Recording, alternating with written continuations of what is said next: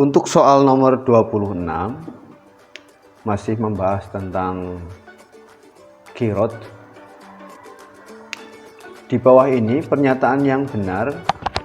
Contoh riba qardi. A. Bu Herlinda melakukan kegiatan tukar-menukar gula putih sebanyak 100 kg dengan gula putih Bu Dewi sebanyak 110 kg. B. Bu Anis membeli beras seberat 50 kg untuk pembayarannya disyaratkan bulan depan dengan harga beras 52 kg. Apabila terlambat lagi maka ditambah lagi denda 2 kg menjadi 54 kg. C. Bu Lisnawati membeli kentang sebanyak 25 kg. Sebelum ditimbang, Bu Lisnawati sudah pergi meninggalkan tempat akad dan tidak diketahui besaran timbangan. D. Pak Ergi berhutang kepada Farhan sebesar 250.000 dengan perjanjian Pak Ergi harus mengembalikan hutang sebesar 280.000.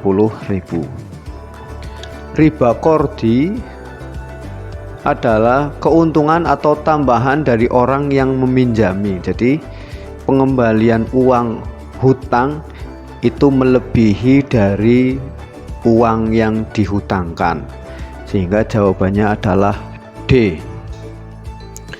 27.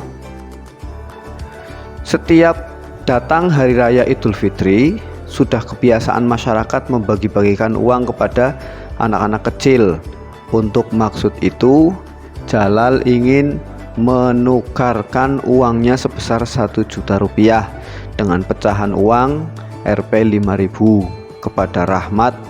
Setelah ditukarkan, Jalal mendapatkan pecahan uang 5.000 sebanyak 190 lembar dari Rahmat. Perbuatan yang dilakukan Rahmat merupakan contoh riba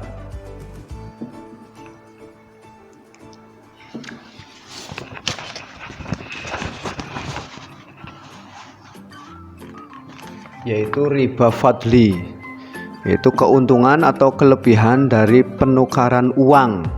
Seharusnya uang 1 juta itu apabila mendapatkan pecahan 5.000 ya sejumlah 1 juta. Jawabannya adalah D. Kemudian nomor 28. Dalam Quran surat Al-Baqarah ayat 275 dijelaskan bahwa Allah menghalalkan jual beli dan mengharamkan riba. Di antara hikmah diharamkannya riba adalah D. Melindungi harta orang Islam agar tidak termakan dengan cara yang batil. Kemudian nomor 29.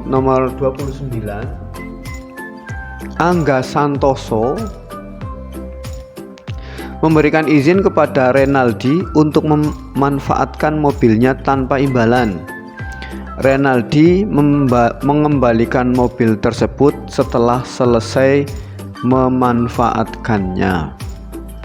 Jenis akad berdasarkan ilustrasi tersebut adalah jenis akad ariyah. D. Yaitu pinjaman. Kalau A, dain itu hutang, rohen itu gadai, ijaroh itu upah. Nomor 30.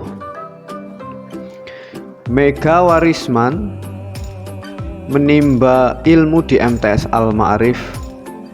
Ia memiliki seorang teman akrab yang bernama Tiara Salamah. Pada suatu hari Mega Warisman memakai sepatu milik Tiara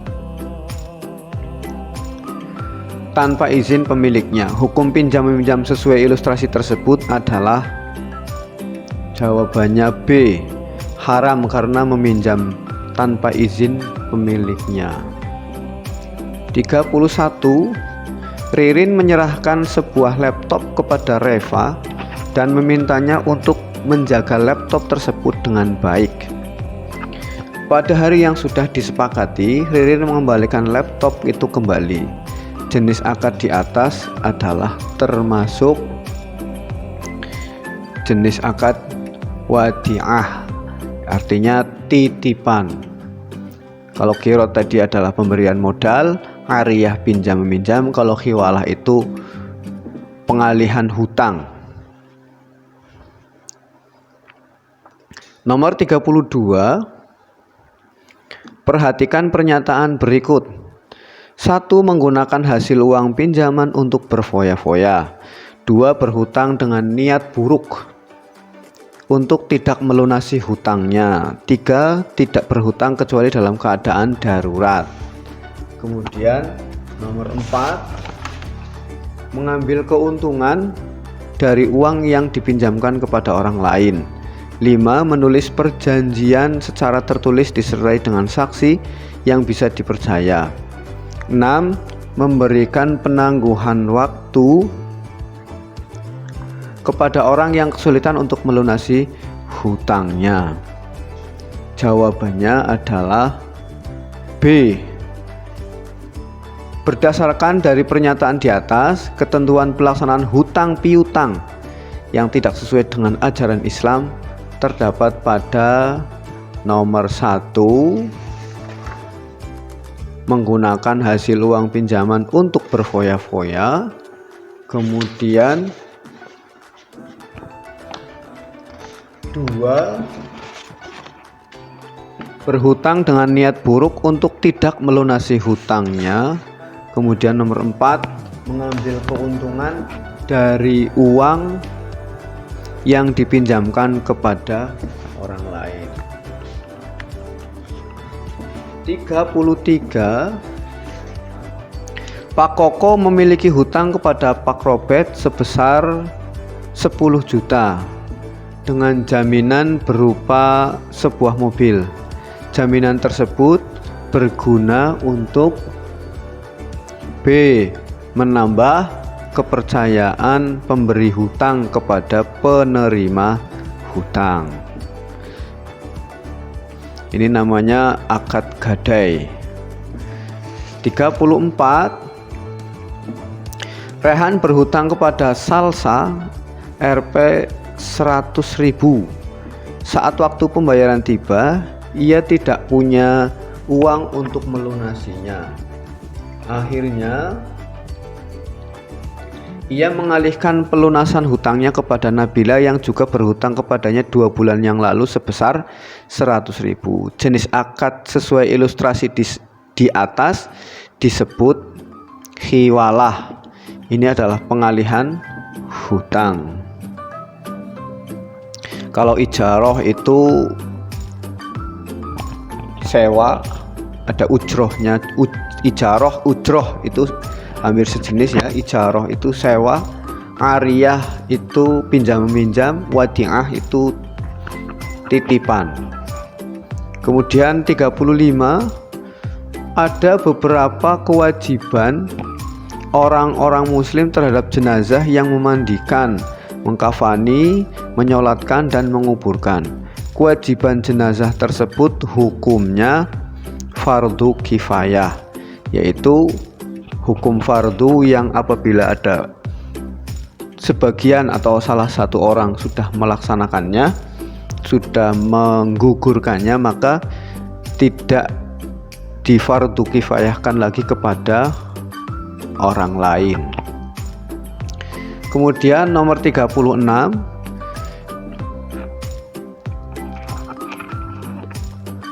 Desi baru saja kehilangan ibu tercintanya. Ibunya meninggal karena sakit. Sebagai anak yang berbakti, Desi ingin menyiapkan potongan kain kafan untuk almarhum ibunya. Ketentuan kain kafan yang harus disiapkan diantaranya adalah, jawabannya nomor 36 adalah A. Kain basahan, baju tutup kepala, ciput, kerudung, dan kain yang menutup seluruh tubuhnya. Kemudian nomor 37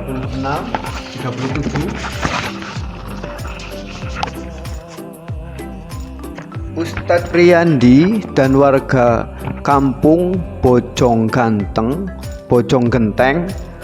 sedang menyolatkan jenazah Bapak Thohir di Masjid Darussalam.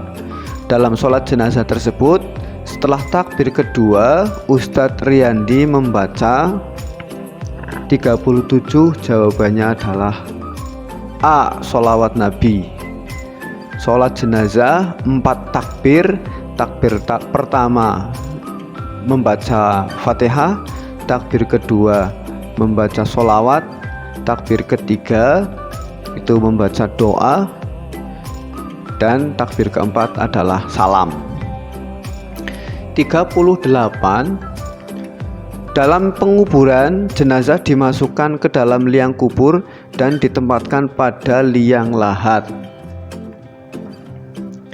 dengan posisi nomor 38. Jawabannya adalah A. Miring ke kanan sehingga jenazah menghadap kiblat. 39. Berikut ini yang tidak termasuk tujuan ziarah kubur. 39 jawabannya adalah yang tidak meminta berkah kepada orang yang meninggal. Berarti B, C, dan D adalah termasuk tujuan ziarah kubur, mengingatkan bahwa setiap manusia akan mati, kemudian mengambil pelajaran tentang kehidupan akhirat, dan D, mendoakan orang yang meninggal agar dosanya diampuni. Nomor 40, Quran Surat Al-Jumu'ah ayat 9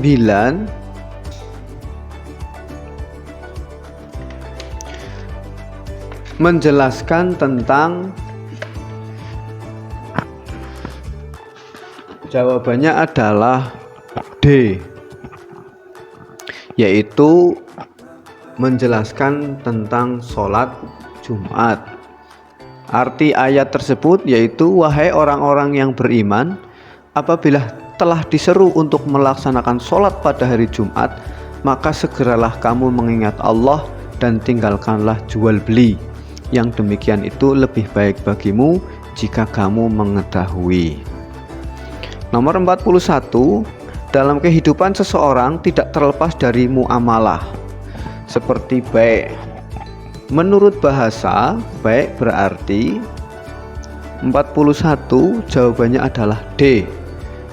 Pengertian dasar jual beli adalah memberikan barang untuk mendapatkan barang, berarti tukar menukar barang. Nomor 42, Pak Ahmad dan Pak Ibrahim mengadakan jual beli kambing kurban yang akan disembelih pada Idul Kurban. Kambing yang dijual belikan dalam rukun jual beli, rukun jual beli itu adalah pembeli, penjual, barang yang dijual, kemudian alat pembayaran, dan yang terakhir adalah ijab kabul. Ijab kabul itu adalah redaksi serah terima, namanya akad. Nah, kalau akid itu orang yang memberikan pernyataan penjualan. Kalau makud itu adalah barangnya. Kalau makud alaih itu adalah pembelinya. Saya ulangi, ijab kabul itu adalah pernyataan atau redaksi serah dan terima. Saya jual kambing seharga 1,5 juta. Itu ijab kabulnya, saya terima kambing dengan harga tersebut, saya bayar cash gitu. Saya bayar tunai langsung gitu. Maka kambing yang dijual belikan dalam rukun jual beli disebut adalah makud, barang yang dijual. Jawabannya adalah B. 43, jual beli hasil tanaman yang masih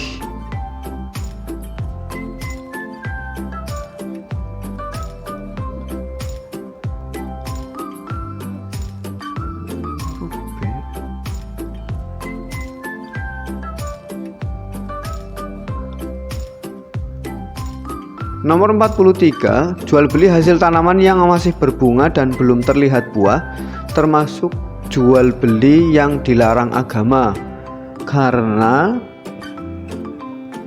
mengandung unsur ketidakpastian. Jawabannya adalah A. 44, arti khiyar menurut bahasa artinya adalah memilih. 45, Pak Ibrahim membeli seekor kambing dari Pak Bagus.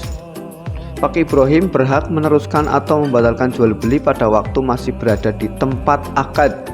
Yang demikian disebut khiyar. Jawabannya adalah khiyar majlis, karena orangnya si penjual dan pembeli masih di satu tempat, masih tatap muka. Kemudian nomor 46, pembeli boleh mengembalikan barang yang sudah dibeli karena cacat. Khiyar ini disebut khiyar aibi. Jawabannya adalah D. 47, pemberian modal untuk dijadikan modal usaha dengan harapan dapat keuntungan merupakan pengertian dari B. Kirot, pemberian atau pinjaman modal usaha. Ada pemodal dan ada pengelola usaha. Nomor 48, dalam transaksi kirot harus memenuhi syarat dan rukunnya. Di antara rukun kirot adalah pembeli.